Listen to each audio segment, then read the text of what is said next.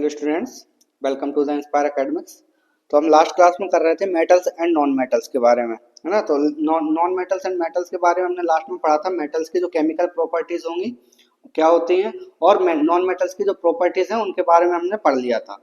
Okay, तो ये हम करने वाले हैं। जो मेटल्स होते हैं और नॉन मेटल्स होते हैं, इनके बीच में एक बॉन्डिंग होती है ना। तो वो बॉन्डिंग के का नाम हमने पढ़ा था लास्ट क्लास में कि केमिकल बॉन्डिंग बोलते हैं जैसे, या फिर यहाँ पे केमिकल कॉम्बिनेशन भी बोल सकते हैं।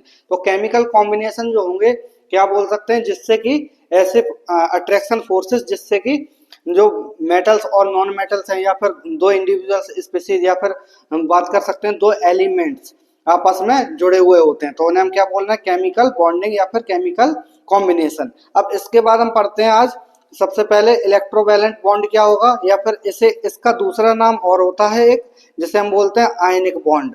ओके, इलेक्ट्रोवैलेंट बॉन्ड या फिर आयनिक बॉन्ड। और दूसरा इसको हम बोलते हैं कोवैलेंट बॉन्ड, थर्ड है कोऑर्डिनेट बॉन्ड। ओके, तो सबसे पहले इसको हम एक एक लाइन में डिफाइन करते हैं कि क्या होगा। देखो इसमें क्या होगा, transfer of electron. Okay, transfer of electron अगर देखने को मिले तो क्या होगा, वहां पर फॉर्मेशन होता है इलेक्ट्रोवैलेंट बॉन्ड या फिर आयनिक बॉन्ड। और अगर हम यहाँ पे देखें तो क्या होगा, यहाँ पे होगा sharing of electron. Okay, from sharing of electron from, कहाँ से, यहाँ से हम लिख सकते हैं from both sides. Okay, both sides, यानी कि जो नेगेटिव वाला एटम होगा या फिर पॉजिटिव वाला एटम होगा, दोनों ही अपने अपने इलेक्ट्रॉन्स को शेयर करेंगे। और यहाँ पे हम बोल सकते हैं sharing of electron from one side. Okay, यहाँ पे क्या होगा, sharing of electron from one side. अब इसमें क्या होगा, जैसे एक का ऑक्टेट कंप्लीट हो जाए, तो ऑक्टेट कंप्लीट होने के बाद दूसरे का भी ऑक्टेट कंप्लीट करवाने के लिए एक साइड से शेयरिंग होती है। यानी कि हम बोल सकते हैं जो कोवेलेंट बॉन्ड और इलेक्ट्रोवैलेंट बॉन्ड है या फिर आयनिक बॉन्ड, इन दोनों का मिक्सचर टाइप का ही दिखता है कोऑर्डिनेट बॉन्ड। ओके, ये आपके सिलेबस में है नहीं, तो हम लोग ये दोनों को ही आज कवर करेंगे। ओके, सिलेबस में है जो कि हमारे पास। सबसे पहले हम स्टार्ट करते हैं इलेक्ट्रोवैलेंट या फिर जो आयनिक बॉन्ड है उसके बारे में। ओके, तो आयनिक बॉन्ड को हमने जैसे डिफाइन किया कि इसमें क्या होगा, ट्रांसफर होगा इलेक्ट्रॉन्स का। तो जब ट्रांसफर होगा इलेक्ट्रॉन्स का तब क्या होगा, उसकी वजह से नेगेटिव और पॉजिटिव आयंस बनेंगे, है ना। नेगेटिव और पॉजिटिव आयंस कैसे बनेंगे, हम बोल सकते हैं कि जब कोई इलेक्ट्रॉन को गेन करेगा तो फिर नेगेटिव आयंस बन जाएगा, कोई डोनेट करेगा तो फिर वो पॉजिटिव आयंस बन जाएगा। तो हम यहाँ पे डेफिनेशन लिख लेते हैं इसकी सबसे पहले, by transference, by transference of electron. Okay, of electron from one atom. अब एटम क्या है हमारे पास, जो हम बोल सकते हैं एक खुद में सबसे छोटी यूनिट होती है ना, जो कि एग्जिस्ट करती है, इंडिविजुअली एग्जिस्ट कर सकती है, जिसे हम बोलते हैं एटम। ओके, एटम क्या है, by transference of electron from one atom to another atom. Okay, another atom, that is one atom may lose electron and one atom क्या करेगा, गेन करेगा, may gain इलेक्ट्रॉन। ओके, तो ये हम बोल सकते हैं, ये डेफिनेशन हो गई हमारे पास आयनिक बॉन्ड की। तो आयनिक बॉन्ड क्या हो गया हमारे पास, एक तरह से ट्रांसफर होगा इलेक्ट्रॉन का जिसको दूसरा एटम गेन करेगा। ओके, और जो गेन करेगा वो हम बोल देंगे उसमें क्या होगा, वो नेगेटिवली चार्ज हो जाएगा, और जो डोनेट करेगा वो पॉजिटिवली चार्ज हो जाएगा। अब दूसरी चीज हम देखते हैं, तो the bond formed between called is, मतलब कि हमने ये देख लिया इसको, इसे हम क्या बोल सकते हैं, और इलेक्ट्रोवैलेंट बॉन्ड। ओके, दो टाइप से ये बॉन्ड का हम नाम दे सकते हैं, या तो आयनिक बॉन्ड और दूसरा इलेक्ट्रोवैलेंट बॉन्ड। अब आइए देखते हैं, सीधा साधा एग्जांपल पे चलते हैं, है ना। तो एग्जांपल्स क्या है हमारे पास, सबसे पहले formation of sodium chloride. Okay, sodium chloride NaCl, sodium का सिंबल है हमारे पास Na एंड क्लोराइड का Cl। ओके, तो इस टाइप से हम सबसे पहले देखते हैं कि एटॉमिक नंबर क्या होगा। ओके, एटॉमिक नंबर की अगर हम बात करें सोडियम की, तो क्या होता है इसका 11, हमें पता है 11 होता है ना। अब अगर हम देखें यहाँ पे, तो इलेक्ट्रॉनिक कॉन्फ़िगरेशन क्या होगा, इलेक्ट्रॉनिक कॉन्फ़िगरेशन एक तरह से ऐसी चीज है, जैसे हम बोल सकते हैं कि कोई एटम है तो उसके पास आसपास सराउंड में सेल्स होती हैं, है ना, डिफरेंट डिफरेंट सेल्स होती हैं। जैसे सपोज करो ये हमारा इसका एटम का न्यूक्लियस है ना, यहाँ पे मैं एन बना दे रहा हूँ, न्यूक्लियस है, इसके आसपास फर्स्ट सेल है, ये सेकंड सेल है, तो ये थर्ड सेल है। तो इसमें इलेक्ट्रॉन्स कैसे फिल करेंगे, तो उसको हम बोल सकते हैं क्या कि ये होंगे हमारे पास इलेक्ट्रॉन फिल करने का प्रोसेस, जिसे हम बोल रहे हैं क्या, इलेक्ट्रॉनिक कॉन्फ़िगरेशन। ओके, तो इलेक्ट्रॉनिक कॉन्फ़िगरेशन, तो इसको हम कैसे लिखेंगे, तो यहाँ पे हम लिखते हैं 1s2 2s2 और 2p6 एंड 3s1।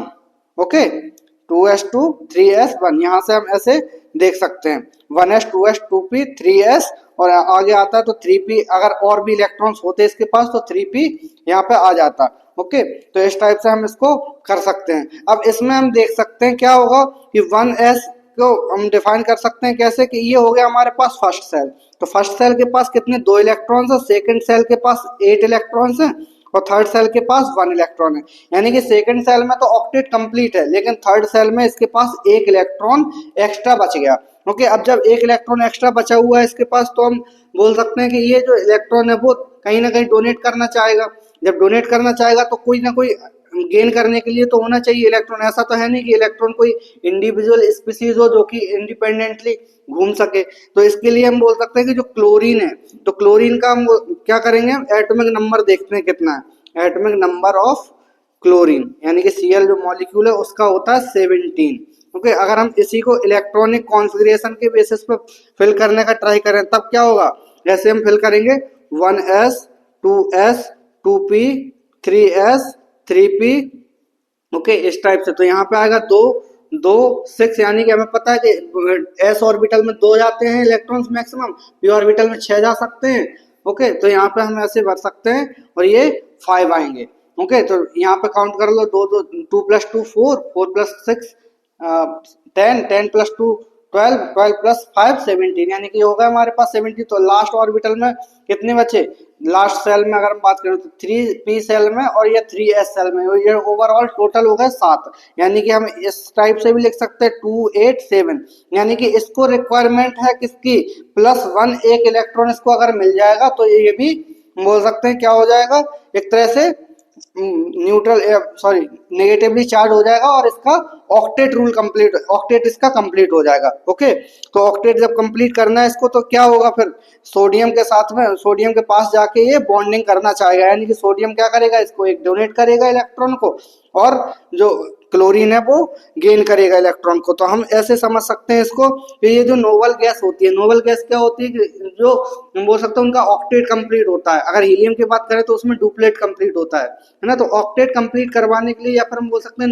जो डुप्लेट होता है वो कंप्लीट करवाने के लिए जो इलेक्ट्रॉन्स का ट्रांसफर होता है। डुप्लेट मतलब लास्ट ऑर्बिटल में 2 इलेक्ट्रॉन्स, और अगर हम बात करें लास्ट में 8 इलेक्ट्रॉन्स की तो उसे हम ऑक्टेट बोलते हैं। तो ये नोबल गैस का जो कॉन्फ़िगरेशन होता है वो अचीव करना चाहते हैं सारे मॉलिक्यूल्स, जिससे कि स्टेबिलिटी आ जाए।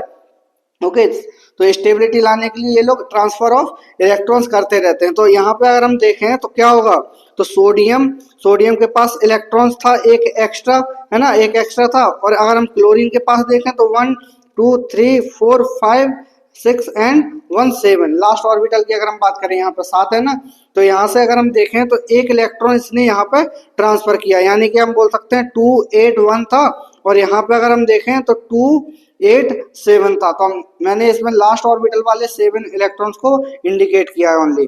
तो यहाँ पे करते हैं सोडियम Na, यहाँ एक रहेगा, और इसके अलावा क्या होगा, Cl, यहाँ पे डबल ए 2 2 2, और यहाँ पे अगर हम देखें तो एक इसका और एक इसका इलेक्ट्रॉन ये लेके पहुंच जाएगा, या फिर हम इसको ऐसे भी बता सकते हैं, यानी कि ये बन जाएगा क्या, ये पॉजिटिव और ये नेगेटिव। ओके, तो यहाँ पे हम Na और Cl इस टाइप से इंडिकेट कर सकते हैं। इसको मैं और क्लीन बना दूं थोड़ा सा, तो ये हो जाएगा हमारे पास Na पॉजिटिव और Cl नेगेटिव। ओके, तो इस टाइप से NaCl, और ये दोनों देखो क्या है, नॉर्मली अगर हम देखें तो बन गए न्यूट्रल, है ना, तो न्यूट्रल एलिमेंट बन गया। तो सोडियम क्लोराइड का फॉर्मेशन इस टाइप से हम करवा सकते हैं। ओके, और अगर हम दूसरे तरीके से इनका ऑर्बिटल के अकॉर्डिंगली करवाना चाहें तब कैसे होगा, है ना, कैसे शो करें, तो सोडियम है ये हमारे पास, इसके पास फर्स्ट सेल, सेकंड सेल और इसकी थर्ड सेल। ओके, तो थर्ड सेल में हम देख रहे हैं कि 1 इलेक्ट्रॉन ओनली प्रेजेंट है इसके पास।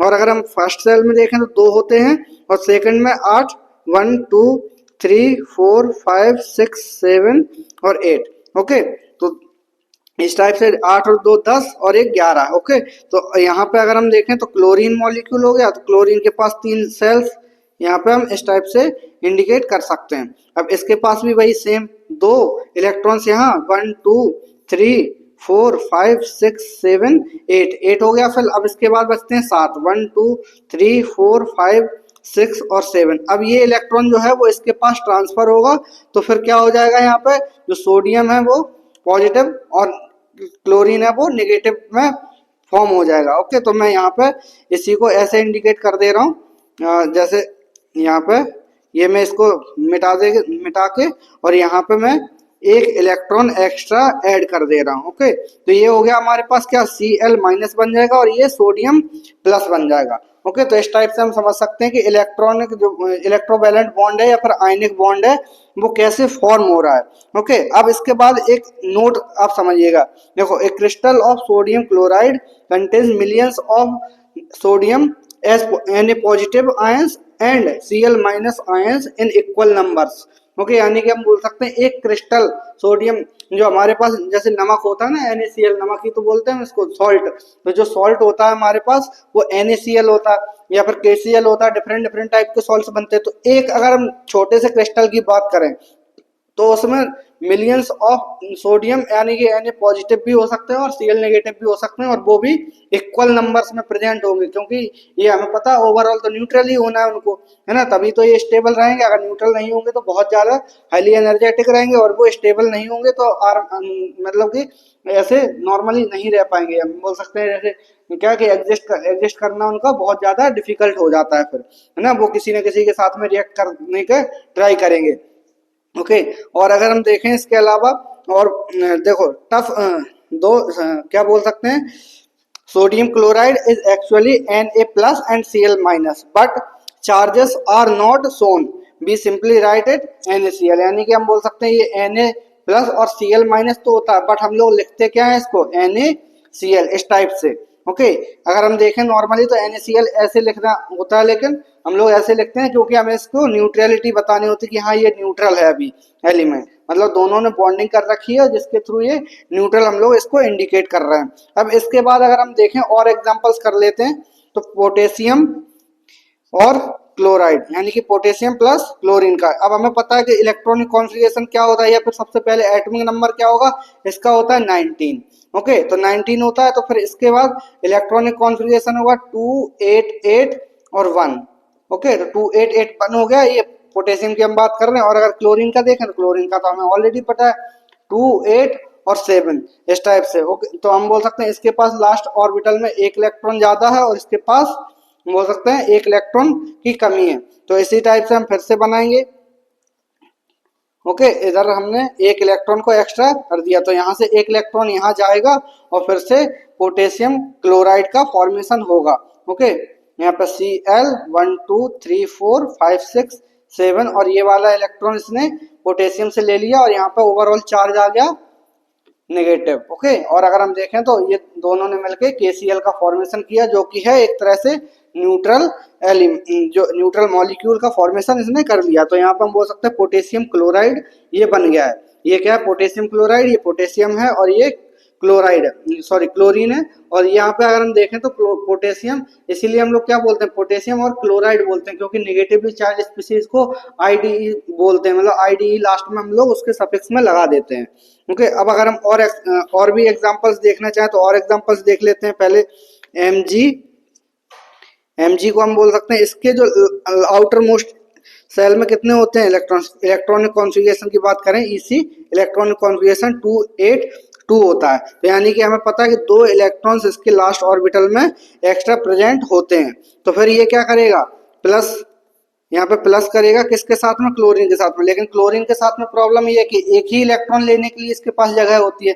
तब ये क्या कर रहा है कि ये 2 क्लोरीन के साथ में मतलब साथ ही साथ दोनों क्लोरीन के साथ में ये पेयरिंग कर रहा है, यानी कि बॉन्ड बना रहा है। एक इसको दे देगा इलेक्ट्रॉन और दूसरा इलेक्ट्रॉन इस वाले क्लोरीन को दे देगा। तो इस टाइप से ये अपने दोनों इलेक्ट्रॉन्स को डोनेट करके Mg+2 और यहाँ पर Cl, यहाँ पे हो जाएगा क्या, ये इस टाइप से यहाँ माइनस, और एक और क्लोरीन जो प्रेजेंट है इसमें तो वो भी इसी टाइप से क्या हो जाएगा, माइनस। तो ये हमारे पास फॉर्मेशन हो गया। तो इस वजह से क्या हो जाएगा हमारे पास, तो MgCl2 का फॉर्मेशन हो जाएगा।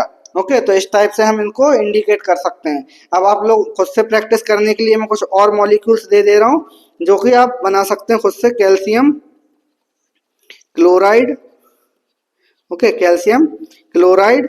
दूसरी चीज अगर हम देखें तो MgO और Na2O और मैं दे देता हूँ CaO।